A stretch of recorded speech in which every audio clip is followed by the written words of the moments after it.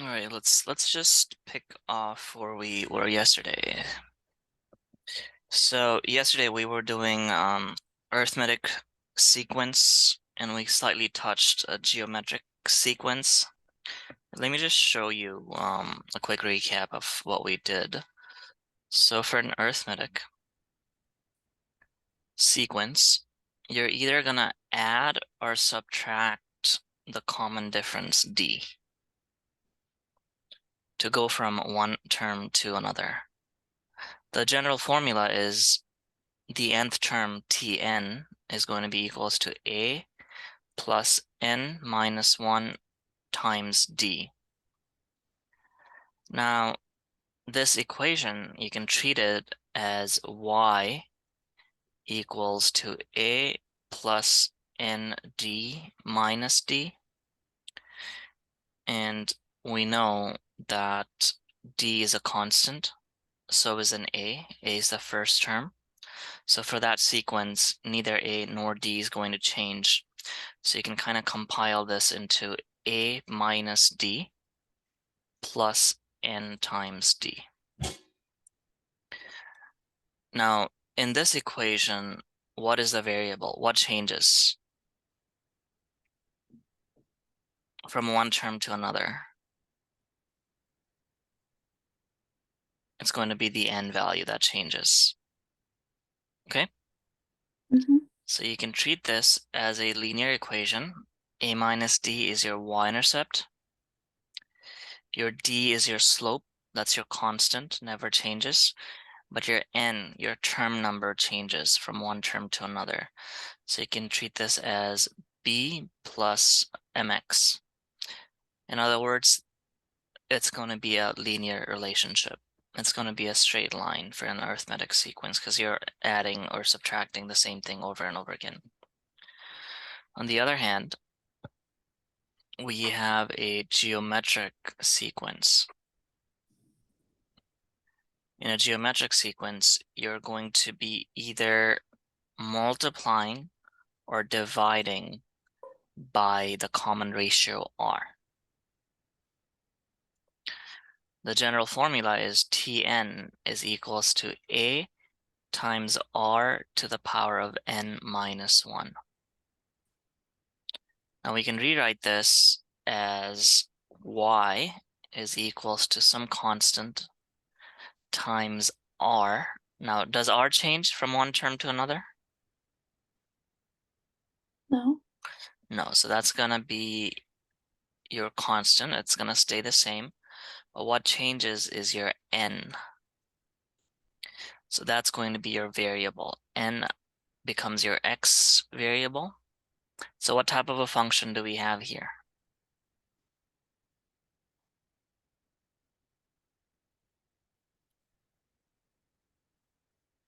You can have something like this, 2 times 4 to the power of x minus 1. What type of a function would this be?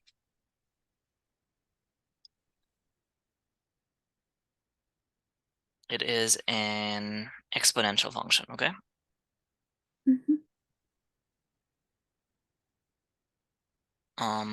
Yeah, so it's an exponential function. In an exponential function, whatever you add at the end, because the general form of an exponential function is something like this. Whatever you add to it becomes your horizontal asymptote. So here, what do we add? What's this number that we're adding to both of these? Let's say big fat 0. So now what does that mean? That means for a geometric sequence, you will get either a graph that looks like this. We're not super concerned with the negative x-axis, but if your r value is greater than 1, then you're expecting to see an exponential curve like this, and there's going to be a horizontal asymptote at 0, at y equals 0. This is if r is bigger than 1. At the same time, if r is less than 1, then you will get an exponential decay. So instead of the terms increasing, the terms will decrease, but it will never go below the x-axis. Okay? For this one, this is going to be a linear line. Either it's going to go up or go down depending on whether the thingamajig is positive or not. All right, cool. Let's move on. So that's just a quick recap. It doesn't mean geometric sequences cannot have negative numbers. If your R is negative, let's say you have something like this, 2 is your starting term, and let's say your R is -2, then your next term would be 2 times -2, -4. Your next term would be -4 times -2, +8. So you can alternate like this. Depends on what your R value is. So here's a question with huge numbers. It says, how many terms are there in the geometric sequence this? All right, so why don't you tell me what is given? We know it's a geometric sequence. The general form is going to be something like this. Which one of these things are given in this question? The starting number. So we know our A, it's 52 million. What else do we know?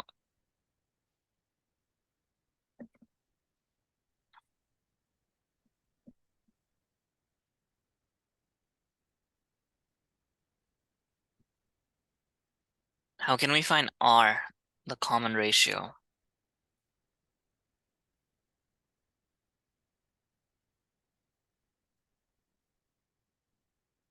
You take a number and then divide it by another number. So it is going to be 52 million over 17 or 17 over 52? 17 over 52. Right, so I'm going to wager that's going to be a 3, or 1/3. Because 17 times 3 is 51. You can double check in case it's like a weird decimal value. 537, 553. It's exactly 3. So the ratio is 1/3. So your curve will look like this. Okay? Because your R value is less than 1. If it was bigger than 1, then your terms are going to increase from one term to the other. Here the terms are going to decrease. What about Tn? Do we know what Tn is?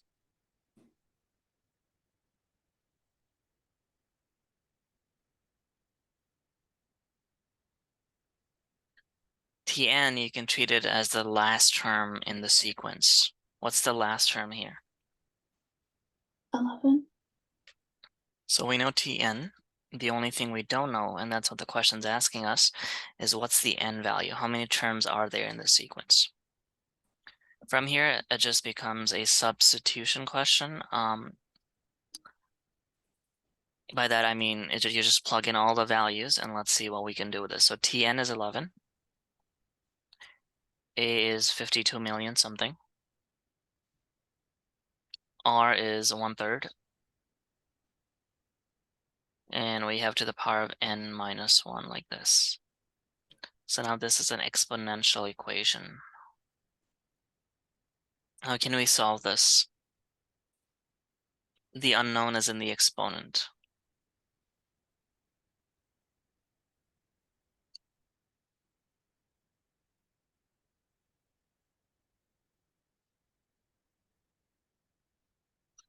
So anytime the unknown is in the exponent, you want to use logs, okay? Unless it's super obvious what it is. So here, I don't know what 1 over 2 to the power of what gives us 11 over 52 million. So step 1, divide both sides by 52 million. And then you'll get 1 over 3 to the power of n minus 1. Do you remember what to do after this? We're trying to solve for n, which is in the exponent.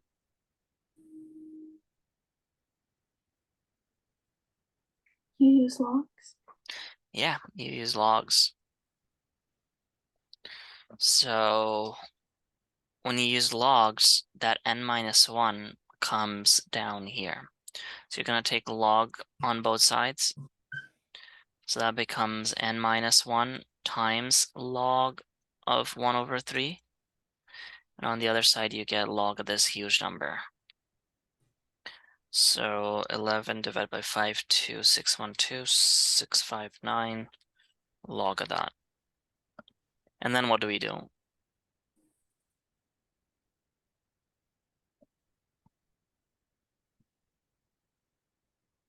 We're trying to solve for that n.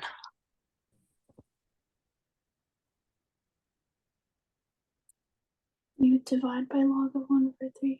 Yeah. So when I do that, I get exactly 14 is equals to n minus 1. Therefore, n is 15. And that's the answer to this question. 11 in this sequence is the 15th term. So you'd have to multiply 1/3 15 times to get an 11. That's what it means, okay? Cool? So that's how you'd solve this. So sometimes you have to use logs because we know this is an exponential function. And whenever the exponent is missing, the exponent in this case will be the term number n. You want to be using logs. I'm sure they don't use logs, yeah. They always cheat, but when you do it by hand, a log is the way to do it.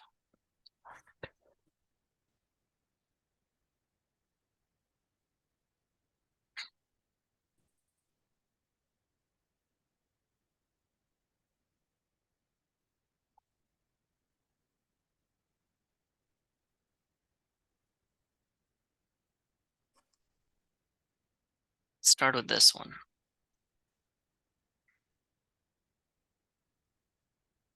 So for E, what do we know?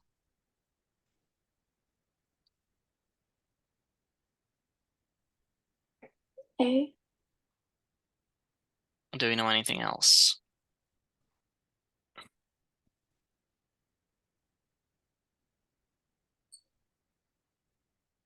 What is your R? How do you go from 6 to 2? It's 1 over 3. Yeah, that's 1 over 3. So the general formula is Tn.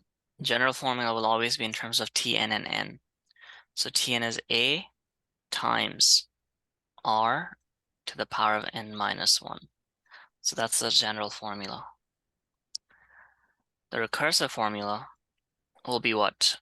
How do we get the next term if we have the previous term? What do we need to do with the previous term to get the next term?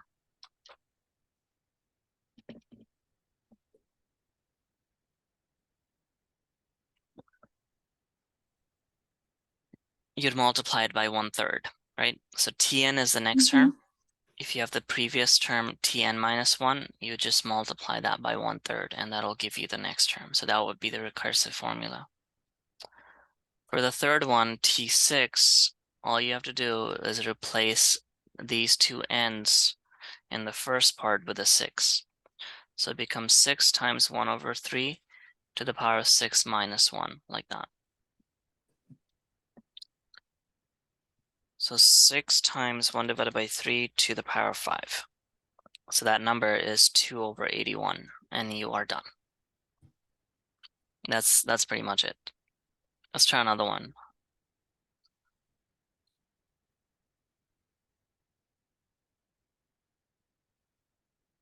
What about for this one?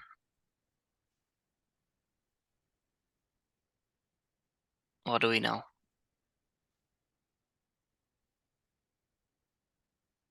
I know the A is 1. What about the R?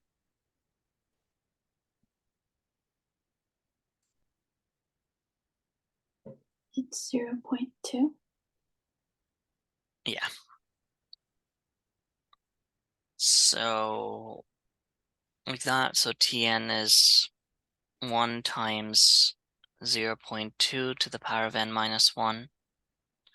So the recursive would be you just multiply 0.2 with the previous term to get the latter term. And then finally T6, you just replace this n with a 6. So 0.2 to the power of 6 minus 1, 0.2 to the power of 5, something like this. And that'll be the final answer, okay? Mm-hmm.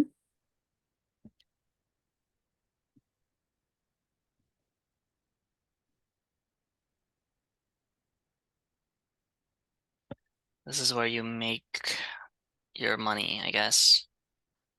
So they've given us a recursive relationship, and these ones are slightly more trickier than the ones before. All right, let's see if these are geometric. Remember, for something to be geometric sequence, the r has to be a constant. Just like before the d was a constant, now the r will be a constant. So here, t1 is given. All right, cool. So now let's find t2. All you have to do is replace this, and this n. So there's 3 n's. Replace all of them with 2's because we're interested in the second term. The first one is given. So t2 will be 2 over 3 to the power of 2 minus 1 times t what? What's the subscript of this t? If you replace this n with a 2, It's 1. that's 1. So that means you're multiplying 2/3 with the previous term. Yeah, Mm-hmm. that's a 12. So your second term is 12. Let's find the third term. It'll be 2 over 3 to the power of 3 minus 1 times t what? What's the 2. Yeah, 2. So that's going to be 4 over 9 because it's 2 over 3 squared times your second term. So this is 16 over 3. T4 is going to be 2 over 3 cubed times 16 over 3. You see the pattern now. It'll be 8 over 27 times 16 over 3. And that is not a nice number, is it? That is 128 over 81. That's T4. And then finally T5 will be 2 over 3 to the power of 4 times T4. So 2 divided by 3 to the power of 4 times 128 divided by 81. And that is 2048 over 6561. So those are our 5 terms. So we have 18, 12, 16 over 3, 128 over 81, and then 2048 over 6561. Is that a geometric sequence? How do we check if that's a geometric sequence?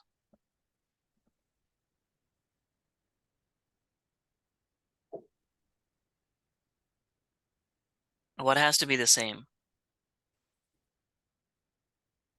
The common ratio. So what you do is you check whether 12 over 18. So 12 over 18. So over here we multiplied it by 2/3. Then you do 16 over 3 divided by 12. That gives us 4/9. And then you do 128 divided by 81 divided by 16 over 3. That gives us 8/27. Is that a geometric sequence?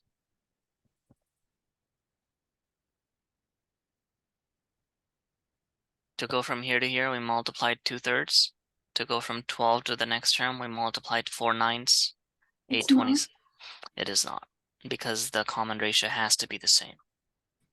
So this one is not a geometric sequence.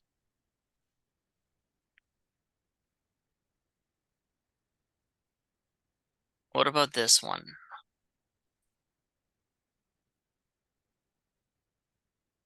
You don't even need to do any complicated math. You can just see it here. To get the next term, we're always multiplying the previous term by what? -3, right? Mm-hmm. Is that geometric? Yes. Yeah, because you're multiplying by the same number over and over again. So it'll be -8, +24, -72, +216, and whatever that times 3 is. -6. 48. So those are our 5 terms. And we're multiplying by -3 each time. So that is for sure a geometric sequence. So that one wasn't hard. C isn't hard either. Look at C. Instead of multiplying by -3 to the previous term to get the next term, in part C, we're dividing by 3 to the previous term to get the next term. Is this geometric?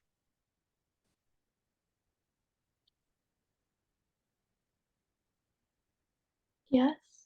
Yes. Because you're just straight up multiplying, or sorry, you're multiplying by 1/3 or dividing by 3 every single time. So there's no really check required for that one. But this one,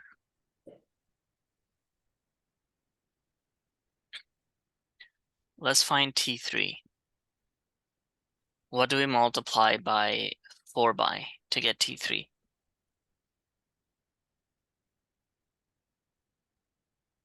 Replace this with a 3.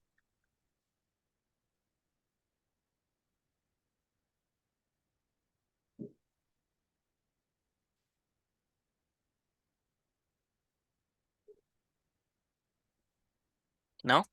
T1. All you have to do is replace that, whatever that is, Tn minus 2, replace this n with 3, because now we're interested in finding the third term. So it becomes 3 minus 2 becomes T1. Okay? Mm-hmm. So that's 4 times 10, that's 40. To find T4, what do we multiply 4 by?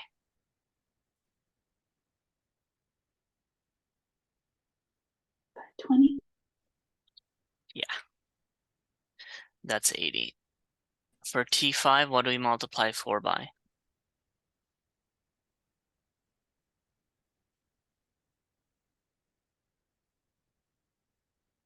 By 40.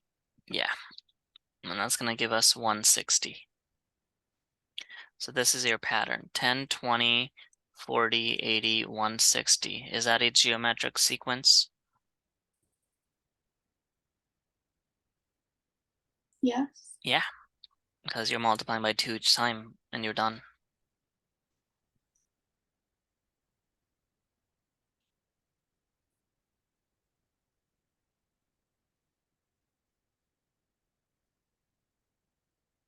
Remember, you're expecting an exponential.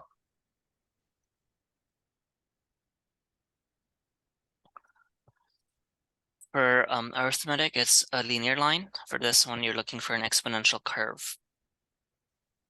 Is A geometric?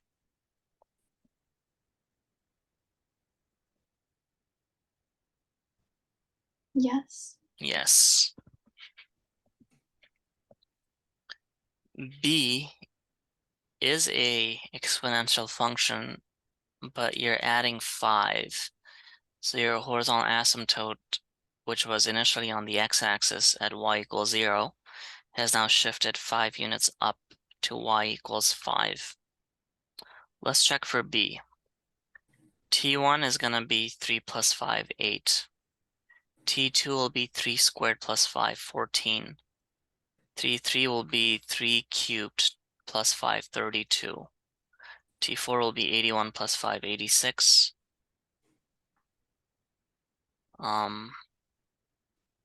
243, I think. 248. Is this geometric?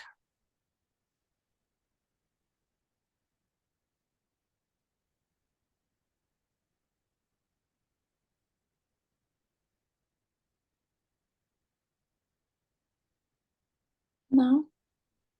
No, because the R's are different each time. You have to be careful when you're adding something like this, okay? Because on the base function, you're adding a 0, and that's like A. A, you're adding a 0, so that is for sure. But B, you're adding a 5, which will skew it slightly, so it's not. C is a quadratic. That is not an exponential function at all, so that's out. E is also not an exponential function, so that's out. You don't even have to check for it. Let's check for D. For D, T1 is 7 times negative 5 to the 1 minus 4. That's 7 times negative 5 to the negative 3. That's 7 over negative 125. Maybe we'll just find one more. So that'll be 7 times negative 5 to the 2 minus 4. That'll be 7 times negative 5 to the negative 2, which is 7 over 25. T3 would be 7 times negative 5 to the 3 minus 4, which is 7 times negative 5 to the negative 1. So that's 7 over negative 5.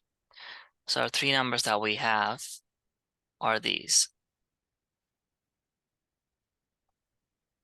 Is that a geometric sequence?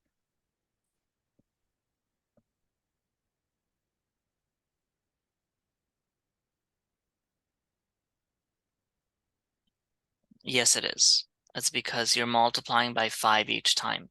If you multiply this with a negative 5, you'll get 7 over 25. If you multiply that with a negative 5, you'll get 7 over negative 5, okay?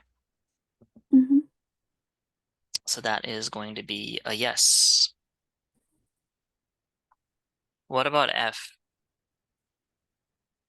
Look at F. What are we multiplying each time here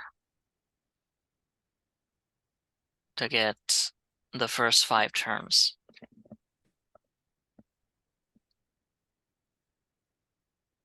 Just multiplying by 1 over 13, or dividing by 13, right?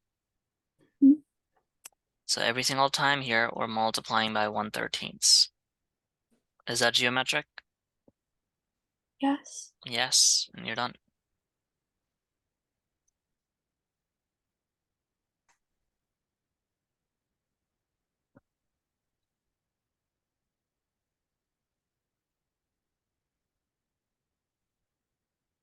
So this next question, we saw it for arithmetic sequences as well, where we did elimination substitution when we got a system of linear equations. We're gonna get the same thing here. It's gonna be a system of exponential equations instead of linear. So here, let me do the first one. So again, this is the general formula. Tn is a times r to the power of n minus 1. Look at this. T5 is 45. We have no idea what a is, so a is a. We have no idea what r is, so r is r. Do we know the n value for T5?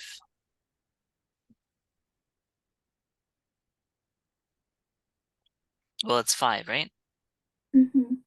So it becomes AR 5 minus 1 becomes AR 4. So that's our first equation. 45 equals a times r to the power of 4. What's our second equation if we use this?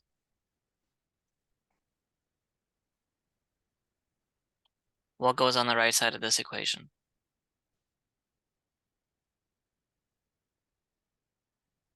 A times r to the power of 7. So these are our two equations.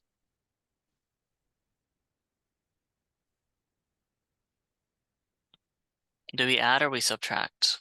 Or do we do something else?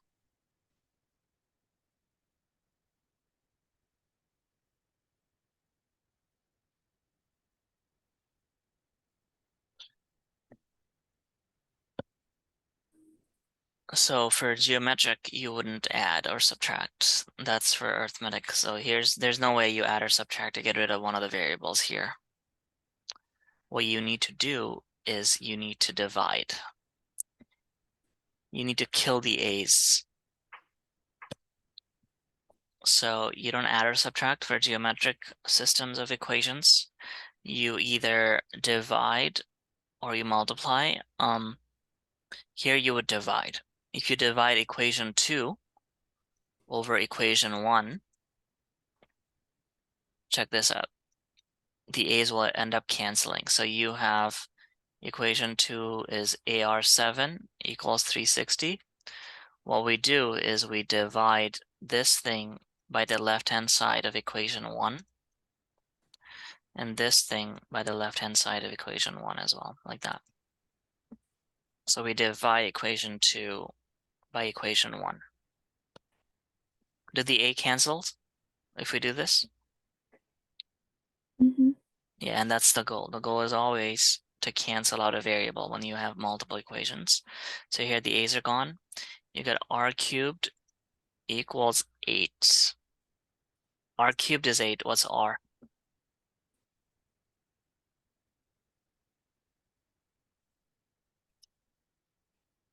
It's 2. It's 2. So we know our common ratio. And then we want to plug this into any one of these equations up top. So you have 45 is equals to A times 2 to the power of 4. 45 is equals to A times 16. So A is 45 divided by 16. The question's asking us for the 20th term. T20 is going to be A times R to the power of n minus 1. So 45 divided by 16 times 2 to the power of 19. So the final answer is 1474560. And you are done. So this is how you'd solve a system of geometric equations. You have to divide to kill the A. Did that make sense? Mm-hmm. You don't have to use logs or anything. Logs are only when the exponent is missing. When the n is missing, then you'd use logs. Everything else, it's just a polynomial equation, like something like this.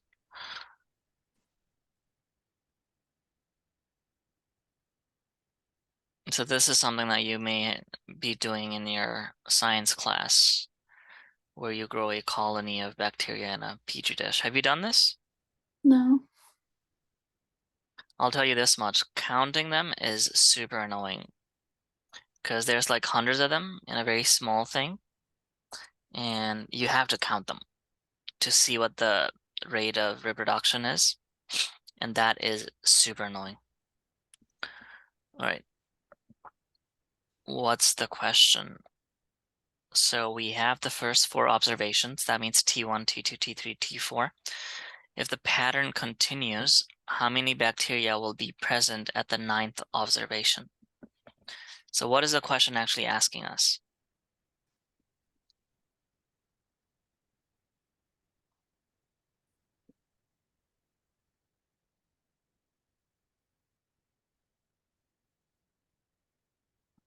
It's asking us for T9, okay? Mm-hmm.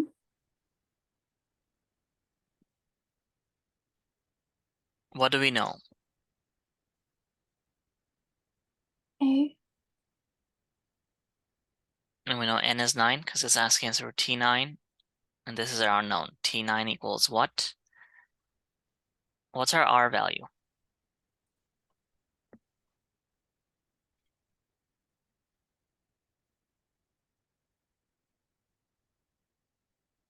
How do we find R? You divide the second term by the first. It's T2 over T1. It's the other way around. I don't know if that's what you said. It's gonna be like this. Mm-hmm. So that's 1.5. From here, it's easy. Tn is A times R to the n minus 1. So T9 would be A is 5120, 1.5, n is 9, like that. You just plug that in a calculator.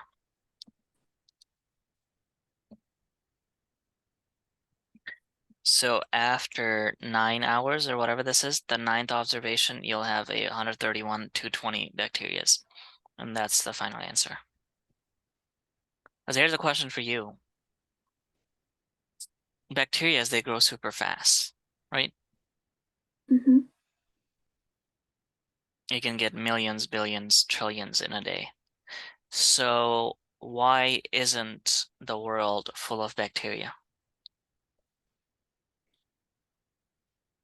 If they grow so fast, and they do grow so fast, why isn't the world full of them? It is full of them. No, it's not. Like, yeah, there's trillions of them, but at the rate that they do grow, there should be an infinite number of them, which is They not the die. case. They die. It's because they cannot grow indefinitely. Yeah, they grow really fast, but what happens is you end up getting something like this. This is called a logistical relationship. It's exponential in the beginning, as we saw here. You're multiplying by 1.5 each time. So initially it's going to look like this, right? But bacteria, they need energy, they need resources. So they're bounded by the fact that the resources are limited. This is called the K value, which is called the carrying capacity of any species. Doesn't have to be necessarily bacteria's. So it's because there's a limit to how many.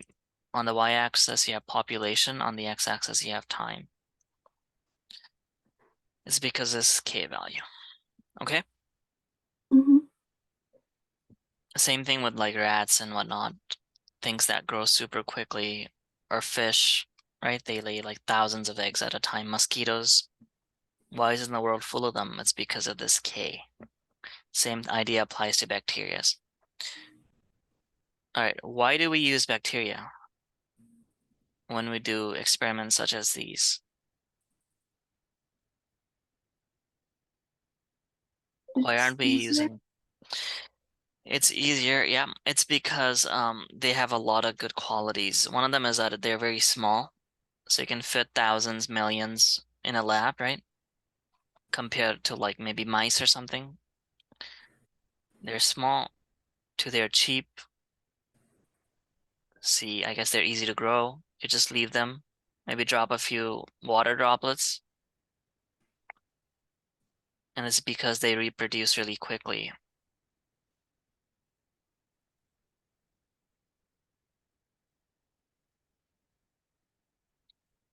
Let's say you introduce some sort of a mutation or something in a population,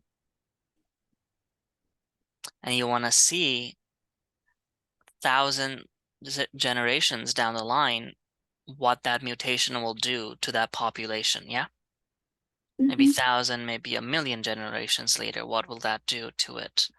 Now that's not really possible to see in humans, right? There's no way you can get 1,000 generations of data for humans, or even for something like mosquitoes, or even for something like mice. It's going to end up becoming thousands of years. But for bacteria, it could just be a matter of months. That's why you use bacteria, and especially in biology when we're running experiments and whatnot.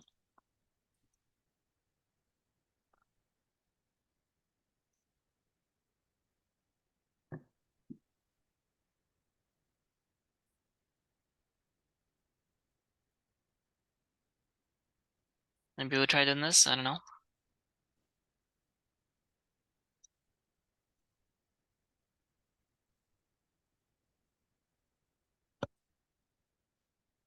So we have a Sierpinski gasket. It's the name of this pattern. At each stage, the middle is cut out of each remaining equilateral triangle. The first three stages are shown. So here we had one initial equilateral triangle. We cut out the middle, which gave us three equilateral triangles left. And in stage two, what we did was we cut out the middle of these three equilateral triangles. So now we have 1, 2, 3, 4, 5, 6, 7, 8, 9 equilateral triangles left. And we'll be cutting out 9 in stage 4. So what is the actual question? Question is, if the process continues indefinitely, the stages get closer to the Sierpinski gasket. How many shaded triangles would be present in the sixth stage?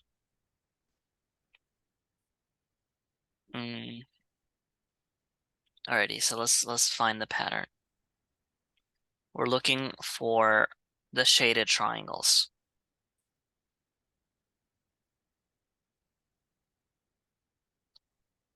So when n is 1, your first term, how many shaded triangles do you have? 1, How many shaded triangles do you have in the second one? 3, Third one, I think I counted it earlier. There's 9 of them. 1, 2, 3, 4, 5, 6, 7, 8, 9. There's 9 of them. So that's our pattern. A is asking us for sixth stage, so it's asking us for T6. So we know n is going to be 6. The formula for T6 is A times, sorry, not plus. Plus is for arithmetic. A times, and we know this is not arithmetic because you add 2 here, but you're adding 7 here. That is not arithmetic. Is this geometric? yes, Yes, it's because you're multiplying by 3 each time. So your A value is a 1. Remember, A is the first term. So 1 times R is 3 to the power of 6 minus 1. So you have 3 power 5, which I think is 243. So there's going to be 243 triangles, shaded triangles on the sixth triangle if the pattern continues. Okay? mm-hmm. Part A. Oh, sorry, part B. If the triangle in the first stage has an area of 80, what is the area of the shaded portion of the 20th stage?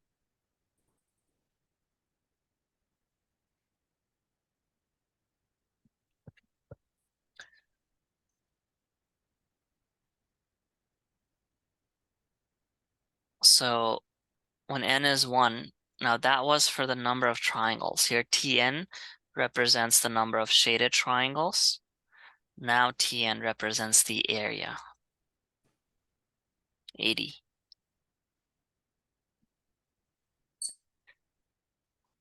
If this is 80, what do you think this is? Excluding the central triangle, and all of them are equilateral.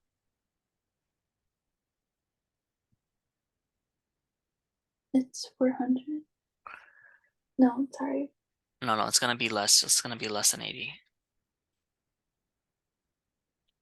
Because eventually, when n is infinite, the area of the shaded bit would be 0. So think of it this way. We had 80. We divided it equally into It's 4 60. triangles. It's 60. Yeah, it's 60.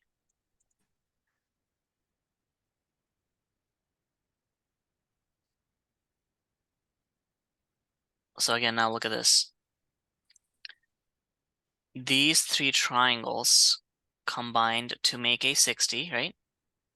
Mm-hmm. So how much is each triangle worth? 20.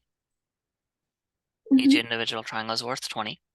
And then in the next stage, what we did was we divided that individual triangle 20 into 4 things. So that means each one of these Is 5. is 5. So what is the area of this? 15. 15. How many of those do we have? We have 1, 2, and 3. So the total area is going to be 45, right? Like that. Mm-hmm. So now we have the pattern, and now we can just find it. It's R is going to be 60 over 80 or 6 over 8, which is 3 over 4. Now it's easy. So T20 will be A, 80 times, and our common ratio is 3/4 to the power of 20 minus 1. Eventually it'll be 0. Yes, this is like 0.33826 or whatever, cm squared. And that's going to be the final answer for part B as well. And you're done. So this one's a really tricky question, I think. It's because you have to see the patterns and whatnot. Could be a good college entrance exam question.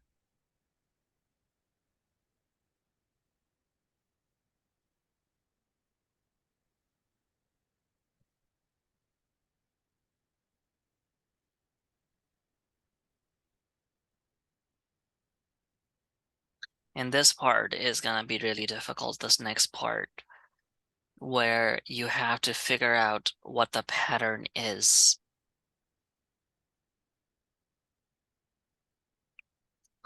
First of all, identify that this general sequence they've given us is neither arithmetic nor is it geometric. It's not geometric because we multiplied 8 here, but we multiplied 2. It's not geometric. It's not arithmetic because we're adding 7 here and we're adding 8. So this is neither arithmetic nor is it geometric. Now this is where things get difficult. All right, let's see if we can identify a pattern. So from here to here, we added a 7, added an 8, added a 10, added a 13. What is that? 19? 56, it's not 19, it's 17. Plus 17, plus 22. Do you notice any patterns?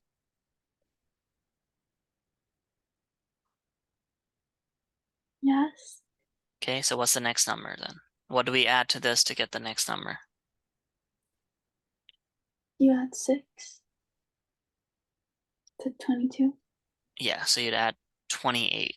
So the next term would be 28, right? So that's 78 plus 28, so that's 106. What about the term after that? What do we add to 106?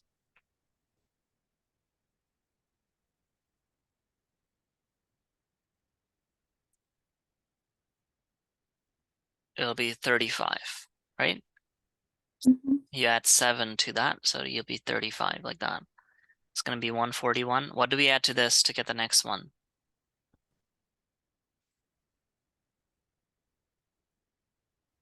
43. Yeah, 43. So that'll be 184. And there we go. Those are the next 3 terms.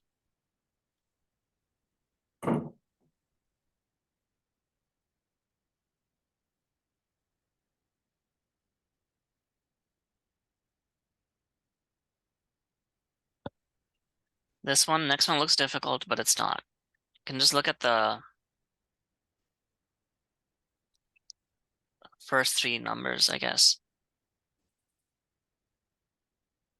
What do you notice?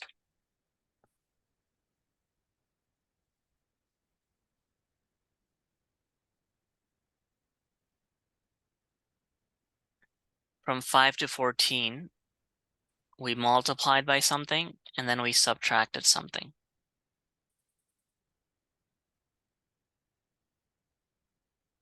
What did we multiply 5 by to get 14?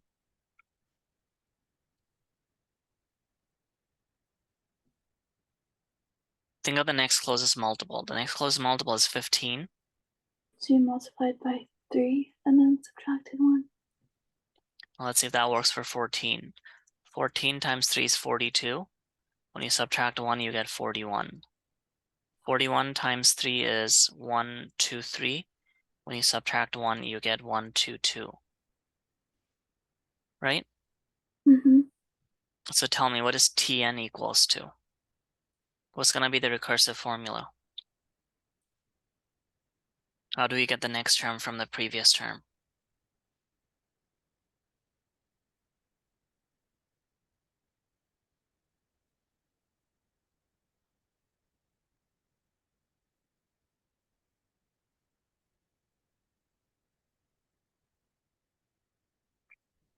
So your previous term is Tn minus 1, right? What do we multiply the previous term by? 3.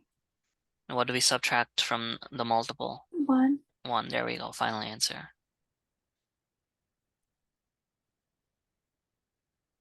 That made sense? Let me just double check if the R values are the same. So 2.8 from here to here. I'm expecting them to be different because of that -1. 41 divided by 14. Yeah, no. The R values are not the same. So this is, again, neither arithmetic nor geometric. It is a sequence, but it doesn't follow the constant R pattern.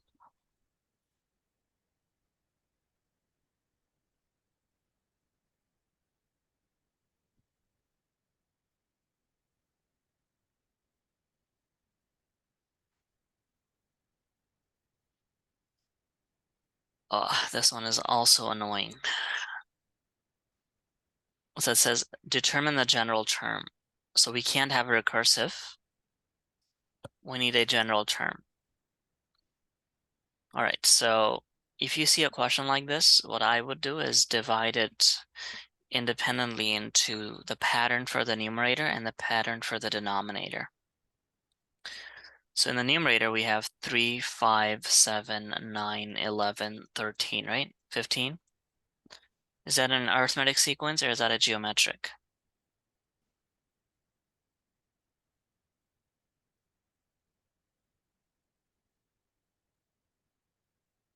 We're adding 2 each time.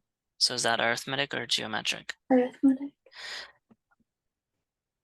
So let's come up with a sequence for this one. Remember, for arithmetic, it's Tn equals A plus n minus 1d. So a sequence just for the numerator is 3 plus n minus 1 times what? What's our d value? 2. 2. You can either open this bracket or leave it as it is. I'm just going to open it. Minus 2. So in the numerator, you get 1 plus 2n. Now let's see if that checks out. So T1 should be 1 plus 2. That's a 3. T2 should be 1 plus 2 times 2. That's a 5. And it checks out. So we're good for the numerator. Our numerator, the pattern is 1 plus 2n. What about the denominator? What's the pattern?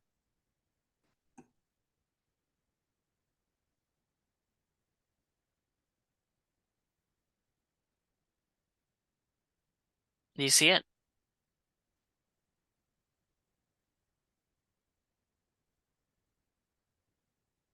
So our first term is a 4, right? Mm-hmm. Our second term is a 9. What is 4 and a square of? It's 2 squared, right? 9 is 3 squared. But now you got to think of this in terms of n. So here n was 1. What did we add to 1 to get a 2? 2. We added a 1. Mm-hmm. Same thing here. Your n is 2. We added a 1 to get the 3, right? Mm-hmm. So there we go. That's the general pattern in the denominator. Therefore, the general term is 1 plus 2n in the numerator, and in the denominator, n plus 1 squared. 1, 2, 3, 4, 5, 6, 7. So let's double check that. So T7, we're expecting 15 over 64. So T7, if we use our general pattern, we have 1 plus 2 times 7 over 7 plus 1 squared, 15 over 64. So therefore, this is good. This checks out, and that's going to be the general pattern. Mm-hmm. Sometimes it's not possible to figure out a recursive, such as this one. Like, how do you get the next term from the previous term? It's not always possible to come up with that pattern. And similarly, sometimes it's not possible to come up with the general pattern. But if the question asks you, then it's definitely possible. Here, I don't think there's a way you can figure out a recursive. But general, you definitely can. Again, fraction, split it into numerator and denominator, and think of it in terms of n. All right, let's call it there for today. Okay, thank you. See ya.